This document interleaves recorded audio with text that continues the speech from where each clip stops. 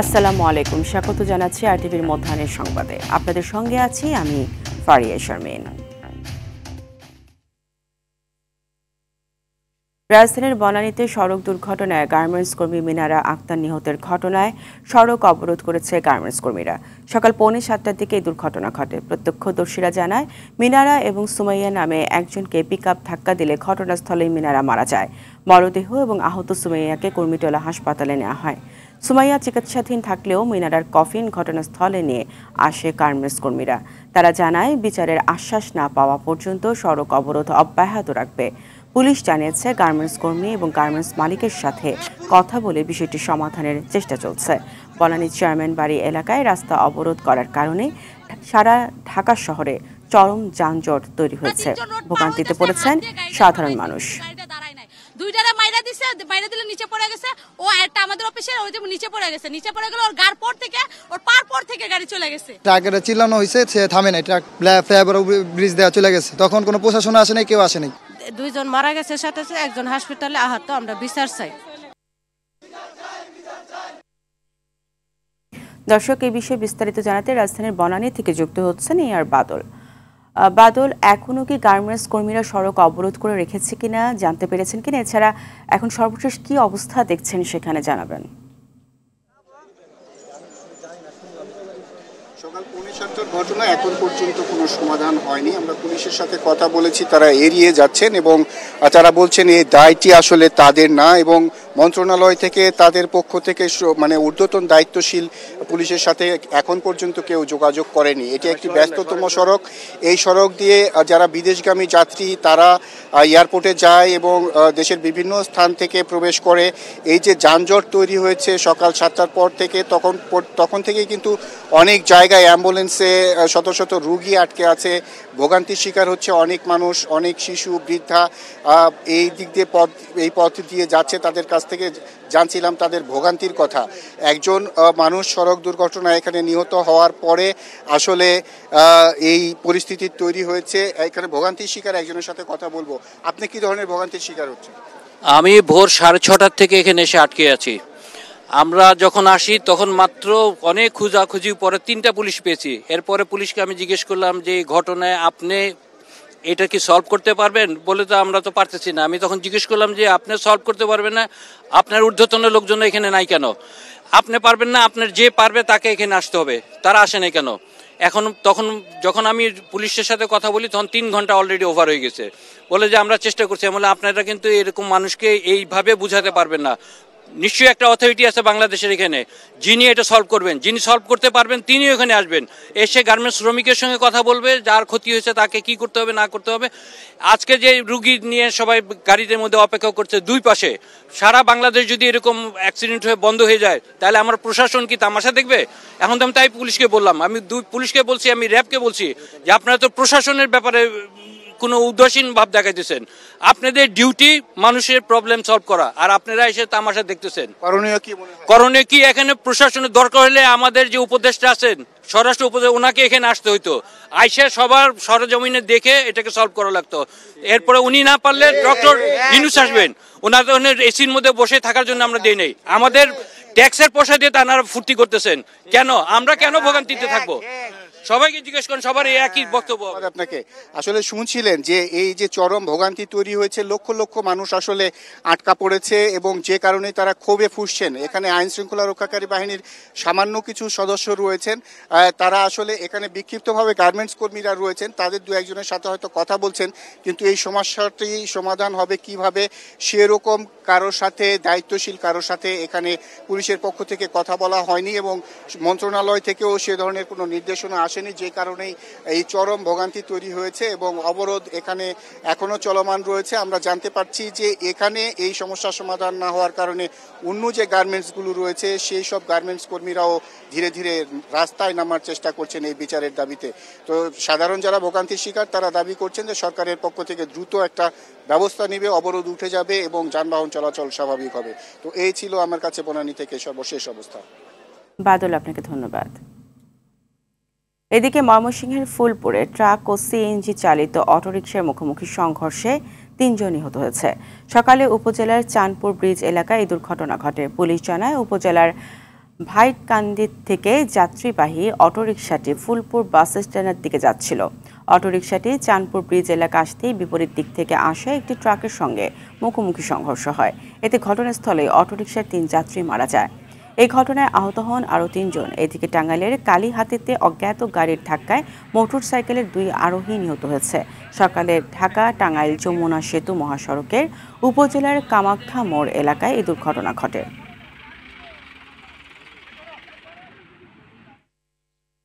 মাগুরায় 8 বছরের শিশু ধর্ষণের ঘটনায় 4 আসামির রিমান্ড মঞ্জুর করেছেন আদালত। রোববার মধ্যরাতে Magura chief judicial magistrate Abdul Matin এই আদেশ দেন। মূল অভিযুক্ত ভুক্তভোগী শিশুর বোনের শ্বশুরকে 7 দিন ও অন্য 3 আসামি শিশুটির বোনের স্বামী, শাশুড়ি ও ভাসুরকে 5 দিনের রিমান্ড মঞ্জুর করা হয়। জানা যায়, নিরাপত্তা নিয়ে শঙ্কা থাকায় ঘটনায় আসামিদের রোববার দিনে আদালতে হাজির করতে পারেনি পুলিশ। পরিস্থিতি বিবেচনায় গভীর রাতে আদালতে রিমান্ড আবেদনের শুনানি হয়। এ সময় মামলার তদন্ত কর্মকর্তা আসামিদের 7 দিন করে রিমান্ড আবেদন করেন। আসামিদের পক্ষে কোনো আইনজীবী শুনানিতে অংশ নেয়নি। আদালতে আত্মপক্ষ সমর্থনের সুযোগ দিলে নিজেদের নির্দোষ দাবি করেন আসামিরা। এদিকে চট্টগ্রাম নগরীর কোতোয়ালি থানাধীন বলুয়ার দিঘির পাড় এলাকায় নিজের মেয়ে শিশুকে ধর্ষণের অভিযোগে বাবাকে আটক করেছে পুলিশ। রোববার রাতে তাকে আটক করা হয়। জানা যায়, শিশুটির মা প্রতিদিন কাজে চলে যাবার পর তার বাবা নানা সময় তাকে যৌন নিপীড়ন করত। বিষয়টি তার মাকে জানানোর পর মায়ের পরামর্শে শিশুটি কৌশলে মোবাইল ফোনে তার বাবার এই আচরণের ভিডিও ধারণ করে রাখে। পরের জরুরি সহায়তা সেবা 999-এ ফোন করে ঘটনা জানানো হলে পুলিশ এসে প্রদীপ বণিককে আটক করে থানায় নিয়ে যায়। কোতোয়ালি থানার ওসি আব্দুল করিম জানান, এই ঘটনায় শিশুটির মা নারী ও শিশু নির্যাতন দমন আইনে মামলা করেছেন। দেশজুড়ে নারীদের উপর সহিংসতা ও ধর্ষণের বিরুদ্ধে বিক্ষোভ মিছিল ও সমাবেশ করছে জাতীয়তাবাদী ছাত্রদল। বেলা 11:30 থেকে হাইকোর্টের সামনে তারা এই প্রতিবাদ কর্মসূচি পালন করছে। এই সময় তারা বলেন, ধর্ষকদের দৃষ্টান্তমূলক শাস্তির ব্যবস্থা করতে হবে। তা না হলে জনগণকে সাথে নিয়ে এর বিরুদ্ধে সোচ্চার হবে ছাত্র সমাজ। এর আগে একই দাবিতে ঢাকা বিশ্ববিদ্যালয়ের রাজু ভাস্কর্যের সামনে জাতীয় ছাত্র সমাজের ব্যানারে একদল ছাত্র বিক্ষোভ ও প্রতিবাদ কর্মসূচি পালন করে। এই যে ধর্ষণ সহ বিভিন্ন সামাজিক যে বড় বড় অপরাধগুলো, এই অপরাধগুলো যে বিচারের দীর্ঘসূত্রিতা, এই দীর্ঘসূত্রিতার ফাঁক নিয়ে যারা প্রকৃত অপরাধী তারা বের হয়ে যাচ্ছে এবং এর ফলে দিন দিন বাংলাদেশে এই অপরাধগুলো বেড়ে যাচ্ছে। এই যে সংস্কৃতিটা চলমান বহু বছর ধরে, যেটা আমরা ফ্যাসিস্ট আমলেও দেখেছি, তো এত বছর পরে যে জুলাই বিপ্লবের মাধ্যমে আমরা যে আনলাম যে একটা বিচারের, হয়তোবা এখন থেকে বিচারের একটা সংস্কৃতি চালু হবে, সেটা হয় নাই। দর্শক, এই মুহূর্তে হাইকোর্ট এলাকায় আছেন সহকর্মী বিপুল দেব রায়, সরাসরি যুক্ত হচ্ছেন তিনি। বিপুল, ছাত্রদলের কর্মসূচি কি এখনো চলছে কিনা এবং তারা কি বলছেন এই বিষয়ে জানাবেন।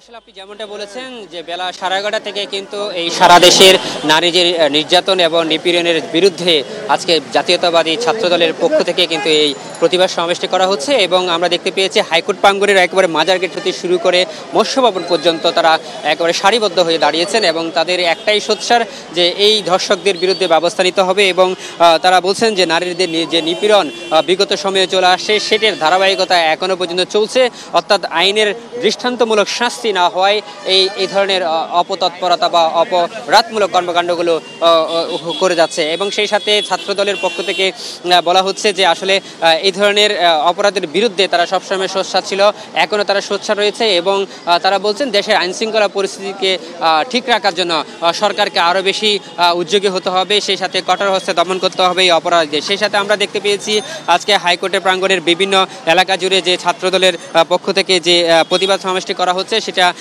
সারা বাংলাদেশের প্রতিবাদ কণ্ঠস্বর বলে তারা দাবি করছেন এবং তারা বলছেন যে আসলে আজকের যে প্রতিবাদ সমাবেশ তারা বিভিন্ন জায়গা থেকে এসে সামিল হয়েছেন। বিশেষ করে আমরা দেখছি এটা বিশ্ববিদ্যালয়ে হতে শুরু করে বিভিন্ন বিশ্ববিদ্যালয় এবং কলেজের যে ইউনিট শাখাগুলো রয়েছে তারা এখানে এসে সামিল হয়েছেন এবং সেই সাথে ছাত্রদলের যে অন্যান্য শিক্ষার্থীরা রয়েছে তারাও কিন্তু এসে সামিল হচ্ছেন, অর্থাৎ তারা বেলা বাড়ার সাথে সাথে তাদের সংখ্যা বৃদ্ধি পাচ্ছে। এবং আমরা যতটুকু জেনেছি এখানে কেন্দ্রীয় ছাত্রদলের সভাপতি এবং সাধারণ সম্পাদকরা উপস্থিত থাকবেন, এবং সেই সাথে আমরা কয়েকজন ছাত্রদলের সদস্যদের সাথেও কথা বলেছি এবং তাদের স্থানীয় যারা রয়েছেন তাদের সাথে কথা বলছি। তারা বলছেন যে আসলে বিগত সময় থেকে যে বিচারের যে দৃষ্টান্তমূলক শাস্তির যে বিষয়টি সেটা ছিল না, সেটি না থাকার কারণে এখনো পর্যন্ত তাদের এই ধরনের ঘটনাগুলো ঘটতে হচ্ছে। সেই সাথে তারা বলছেন যে রাজধানী জুড়ে যে সহিংসতা, সেই সাথে দেশ জুড়ে যে ঘটনাগুলো ঘটছে সেটা আর প্রতিবাদী, এবং পাশাপাশি এটা থেকে যাতে আর এই ধরনের কোনো নারীকে যাতে হেনস্থার শিকার হতে না হয়, রাষ্ট্রের যাতে সেটা কঠোরভাবে ব্যবস্থা নেয় সেই বিষয়টি তারা উল্লেখ করছেন। সেই সাথে তারা বলছেন যে আরও কঠোর যুগোপযোগী আইন প্রয়োগের মধ্যে দিয়ে এই দোষীদের বিরুদ্ধে শাস্তি দিতে হবে, এবং এই দোষীদের শাস্তি না হওয়া পর্যন্ত তারা এই রাজপথ চলবে না। এবং ছাত্রদলের পক্ষ থেকে বলা হচ্ছে যেখানে এই ধরনের নারীদের উপর সহিংসতা থাকবে তারা প্রতিহত করবে, এবং সরকারকেও সেই প্রতিহত করার জন্য ক্ষেত্রটা তৈরি করার জন্য তারা আহ্বান জানিয়েছেন। তো ফারিয়া, এই ছিল আমার কাছে সর্বশেষ তথ্য। বিপুল, আপনাকে ধন্যবাদ। দর্শক, দেশব্যাপী নারীদের বিরুদ্ধে সহিংসতা, ধর্ষণ, নিপীড়নের প্রতিবাদে বরিশাল শেরে বাংলা মেডিকেলের শিক্ষার্থীরা মানববন্ধন করছে। এ বিষয়ে বিস্তারিত জানাতে সেখান থেকে সরাসরি যুক্ত হচ্ছেন সহকর্মী আরিফুল ইসলাম। আরিফ, শিক্ষার্থীদের মানববন্ধনের বিষয়ে জানাবেন বিস্তারিত।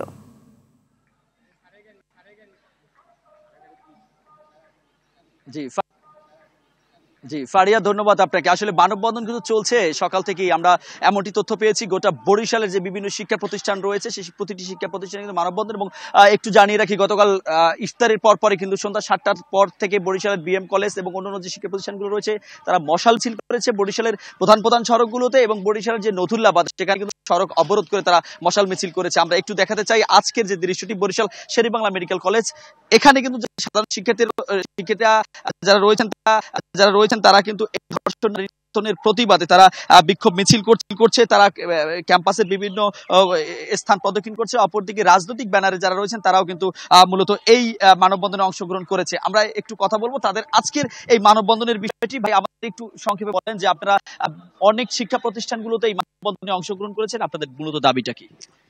আমরা জানি যে দেশব্যাপী নারীদের বিরুদ্ধে যে সহিংসতা, ধর্ষণ, যথাযথ বিচার দেখতে পাচ্ছি না।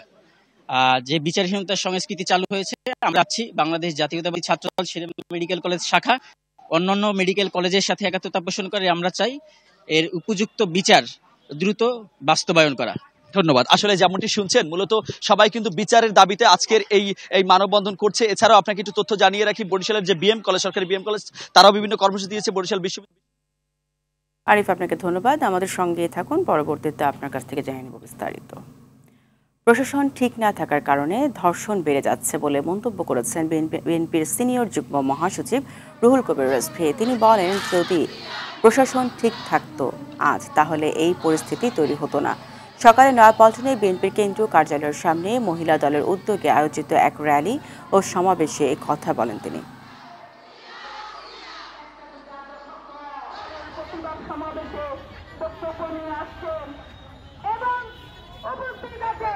যে শিশু তার বোনের বাড়িতে নিরাপদ নয়, সে শিশু আর কোথায় নিরাপদ হবে, আর কোথায় তার নিরাপত্তার জায়গা থাকবে? নিরাপত্তার জায়গা থাকতে পারে না। সবচাইতে নারীরা নির্যাতিত হচ্ছে।